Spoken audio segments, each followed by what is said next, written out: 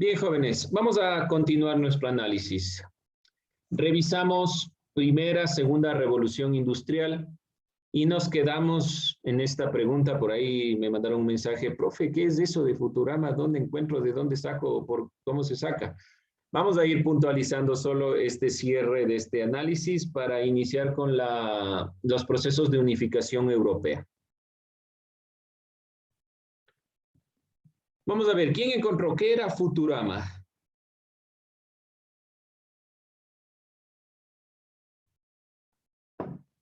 Fue como una feria donde como plantearon las ideas o los ideales que tenían para, para, para, para una época futura. Ya, ¿qué época fue esta? ¿Alguien recuerda tal vez? ¿Época? Eran los años 60, 70. Años 60, ¿seguro? Sí, eso encontré. En los principios de los años 70. Algo así. Algo así, bueno. Algo Vamos a así. ver, ¿quién más? Está bien, no hay problema. Vamos viendo, ¿quién más tiene una fecha? 1939. Ya, la fecha exacta, 1939. Durante todo este proceso se fue dando una serie de ferias internacionales. Vamos a ir puntualizando cuál era el objetivo, que es lo que nos interesa, ¿no? De una feria internacional. Futurama fue una de las ferias internacionales más importantes. Y por ahí les voy a hacer un símil a qué me refiero con una feria internacional, que es el sentido propio de lo que nosotros debemos ir puntualizándonos. Veamos si no tenemos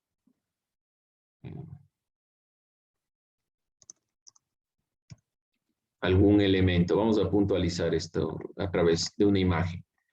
Esta es una feria internacional donde podemos observar todos los adelantos. Cecilia, dígame. Nada, disculpe, creo que se dijo. No pasa nada, no hay ningún inconveniente. ¿Con qué símil les puedo hacer? Espero que por ahí hayan visto algunas de las películas de Marvel. En una de las películas, el padre de Tony Stark está presentando un invento. Ese invento se está presentando en una feria internacional, donde el auto podía volar y todas estas consideraciones. ¿Qué es una feria internacional de fondo? Es el lugar que se utilizó a partir de la Segunda Revolución Industrial para presentar las grandes innovaciones de la tecnología. Pero este sentido no es solo para presentar esta innovación. ¿A qué me refiero? No es solo para que usted diga, bueno, están inventando un cohete a la luna, qué sé yo, sino principalmente para que ese país que presenta la Feria Internacional, en este caso vemos 1939, la Feria Internacional Futurama, 1939, se presentó esta Feria Internacional, ¿en qué ciudad? Nueva York. En Nueva York. En Nueva York se presentó esta Feria Internacional con un objetivo. No es solo mostrar estos elementos, sino principalmente con la intención de mostrar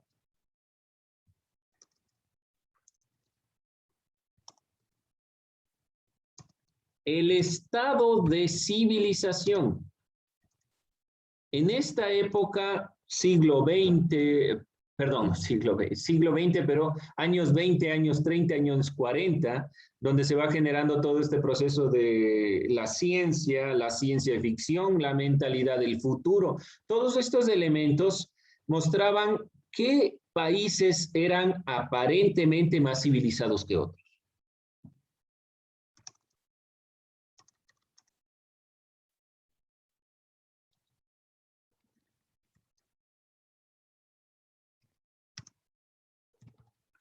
Entonces, prácticamente era mostrar, miren, nosotros estamos innovando en esta consideración. ¿Qué hacen ustedes?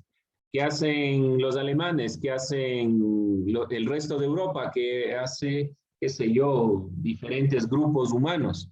Entonces, Cada una de estas naciones, de estas civilizaciones, no está solo mostrando una innovación para la humanidad en general, está mostrando que ese país, que esa nación ha generado una innovación y le da un beneficio. Entonces, si ustedes revisan un poco, vamos viendo propaganda, por ejemplo,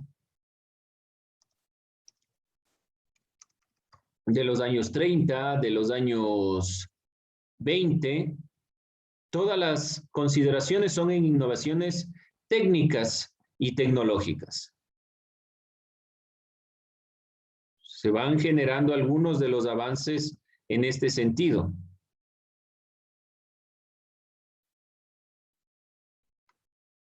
Para tener en consideración este proceso, que es justamente el cambio que se va dando hacia una nueva mentalidad. Y va a ser esta mentalidad capitalista, esta mentalidad consumista, se va a generar gracias a estos elementos de cambio tecnológico. Cambio en la técnica, el vender, todos estos elementos, gracias a las ferias internacionales, porque en las ferias internacionales se podía saber qué se está presentando, qué innovación se ha dado y obviamente invertir en esos elementos. El inicio del siglo XX significó algunos retos: la búsqueda de fuentes de energía renovables, el cambio de energía empleada para la movilidad e incentivo del uso de la electricidad. La década de 1930 trajo algunos retos, y uno de esos retos fue la gran crisis económica que se presentó. Entonces, prácticamente los Estados Unidos para 1939 estaba diciendo, estamos saliendo de cualquier tipo de crisis económica, esta gran depresión que tuvieron en los años 30, y nosotros no estamos en nada por el estilo. Miren cómo estamos presentando nuestros grandes avances tecnológicos. ¿Se dan cuenta? De fondo no es solo presentar una innovación. De fondo es decir, nosotros estamos más civilizados, nosotros tenemos más poderío económico, tenemos más influencia, qué sé yo, cualquiera de estos elementos que le muestren a este país como un país desarrollado. Y comienza la mentalidad del desarrollo y el subdesarrollo y todas estas perspectivas a través de la técnica y la tecnología. Quienes produzcan tecnología serán países desarrollados, de fondo. ¿Alguna inquietud, alguna duda? Esto para cerrar el tema de la primera y la segunda revolución industrial. Si les queda alguna inquietud, alguna duda, pregunte.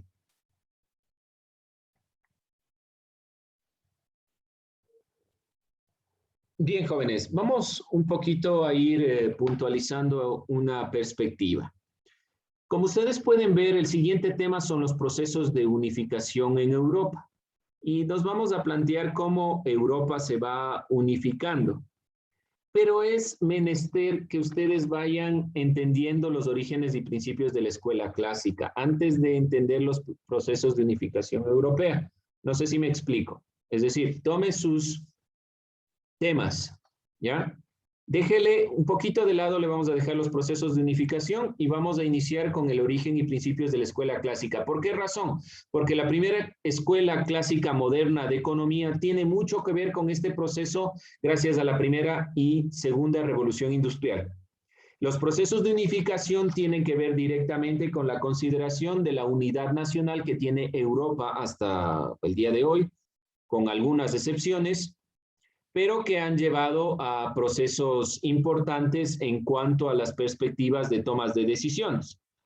Por ahora vamos a analizar, ya que tenemos en cuenta este tema de las ferias internacionales, de algunos elementos, este proceso, y le dejamos un poquito para finalizar el otro elemento. Si les queda dudas, preguntas, cuénteme.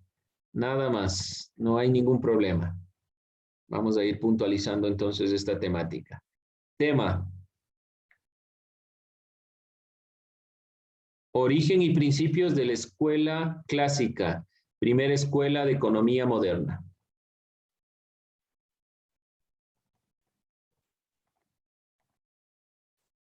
Porque yo ya les conozco por suerte y ya por ahí ya les veo. Chile está sacando ya sus apuntes y dice, profe, ¿dónde está ese tema? ¿Qué pasó con el anterior? Por eso les cuento, por si acaso. Por si acaso. Lo importante es que ustedes siempre estén atentos, ¿no? De los temas. Me dicen, profe, no vimos ese tema. ¿Qué pasó? Ya es fin de año y usted no ha topado el tema de la unidad 2. No, no. Ojo, ¿no? Pero está muy bien, está muy bien. Vamos entonces a ir puntualizando algunos elementos. Vamos a hacerlo rápido. El día de mañana estaremos puntualizando algo más. Lo importante es tomar en cuenta lo siguiente. La Escuela Clásica de Economía surge en un contexto marcado por los comienzos de la Revolución Industrial. Y recuerden, ahí nos va dando unas pistas, ¿no? Esto de la Revolución Industrial marcó un cambio de mentalidad en todos los ámbitos. No solo fue que se presentó una nueva técnica, no es solo que tenemos el carbón y luego la electricidad y el petróleo, no. Cambia la forma de entender la economía, porque hay que producir diferente, generar nuevos cambios. El mercado, la libre competencia, todos estos elementos serán parte de este proceso. Entonces, la escuela, llamada Escuela Clásica de Economía, para ellos obviamente no va a ser una escuela clásica, sino tenemos otros precedentes, pero la primera escuela de economía, la Escuela Clásica de Economía, está marcada directamente por este proceso.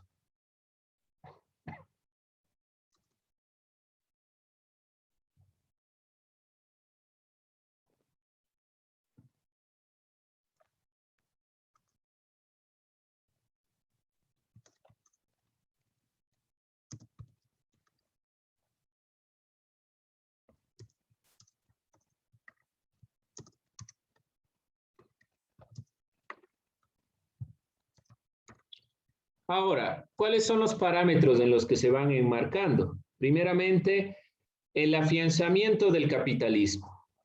Uno de los elementos que nosotros debemos de entender, entonces, la revolución industrial y el capitalismo. ¿Qué es esto de capitalismo?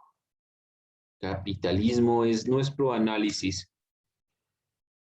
Vamos a ir tomando en cuenta qué quiere decir capitalismo, de qué trata el capitalismo. Y vamos a ver a sus más grandes representantes. Al comienzo, la economía, las escuelas de economía estuvieron muy ligadas al pensamiento filosófico. ¿Cómo sucede dentro de estas épocas del siglo XIX?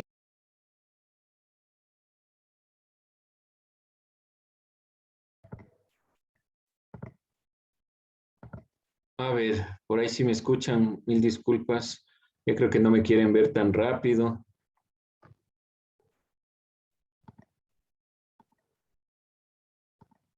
A ver, espero que se esté viendo. Si por ahí no se ve o no se me escucha, en el chat me ponen, por favor. Que se me recortó esta parte. Entonces, les estaba manifestando que uno de los elementos importantes, el capitalismo, y que a partir de algunos filósofos que se fueron ya desligando del ámbito de la filosofía y posteriormente se fue centrando la economía como tal. Tratemos de definir capitalismo y vamos a ir viendo algunos representantes. Les dejo enunciados a los representantes. Vamos a ver Adam Smith.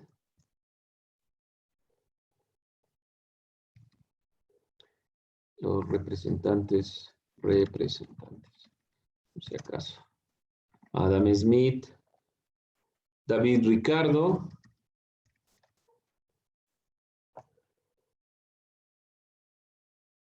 Jean-Baptiste Say, en parte, pero sobre todo vamos a puntualizarnos con John Stuart Mill.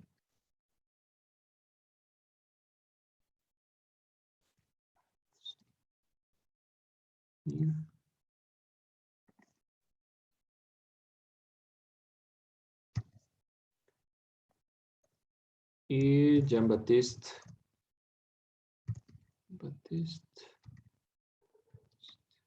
Say. Estos son los representantes más importantes y sobre todo estos dos, John Stuart Mill y Adam Smith. Fueron dos pensadores, dos filósofos que trataron de analizar la política, el ámbito político, están del lado de lo conocido como liberalismo en política y en filosofía, y han tratado de marcar el inicio hacia la escuela de economía, la primera escuela moderna de economía. Pero parten de este elemento, el capitalismo y el liberalismo, dos elementos importantes a tomar en cuenta. ¿Qué es el capitalismo? Preguntémonos, ¿qué es esto del afianzamiento? Nos dice aquí del capitalismo. ¿Qué es capitalismo? Dicen, se podría definir como un sistema económico basado en la propiedad privada de los medios productivos y también en el libre comercio con el fin de acumular capital. Y ahora en castellano, ¿cómo sería? De forma más sencilla, está muy bien. Vamos a irlo puntualizando de forma más sencilla. Muy bien. Entonces, vamos parte por parte, Shirley. La primera línea que dijo, sistema Económico. económico, ¿ya? Económico. Sistema económico significa que más allá va a ir a la parte de la obtención de la economía, más que las consideraciones propiamente políticas, ¿no? Mucho ojo. ¿Por qué? Porque puede ser un sistema político que tenga una perspectiva no tan relacionada con el capitalismo, pero que de forma económica se basa en el capitalismo. Ejemplo, China. China es un país populista, comunista. No debería basarse en el capitalismo, pero tiene muchas empresas que su poderío económico está basado en la acumulación de capital. Entonces, sistema económico que se basa en la acumulación de capital. Bien, ¿qué más, Shirley, puntualizábamos ahí? La acumulación de capital, sistema económico. En la propiedad privada de los medios productivos. Ya, propiedad privada de los medios de producción. De los medios de producción. Muy bien, propiedad privada. Si hablamos de capital, ¿qué significa capital? Voy a ponerlo en términos de Marx, ¿no? Para que ustedes tomen en cuenta. Para Marx, el capital, voy a ponerlo así porque ya no nos queda tanto tiempo, pero voy a anunciarlo así rápidamente para que usted me comprenda. Para Marx, el capital es la suma del trabajo más los bienes. ¿Sí? Entonces yo tengo, qué sé, yo tengo mi carrito sanduchero, ¿ya? Pues en ese carrito, ese es mi bien. Yo voy a ganar dinero. Mucho ojo, capital no es dinero, ¿sí? Eso mucho ojo. Capital puede ser dinero, pero no es necesariamente dinero, es un bien. Entonces yo tengo mi carrito de sándwiches, ese es mi bien. El trabajo que le pongo me va a permitir obtener dinero. Ese dinero más el bien que yo tengo, compro otro carrito de sándwiches.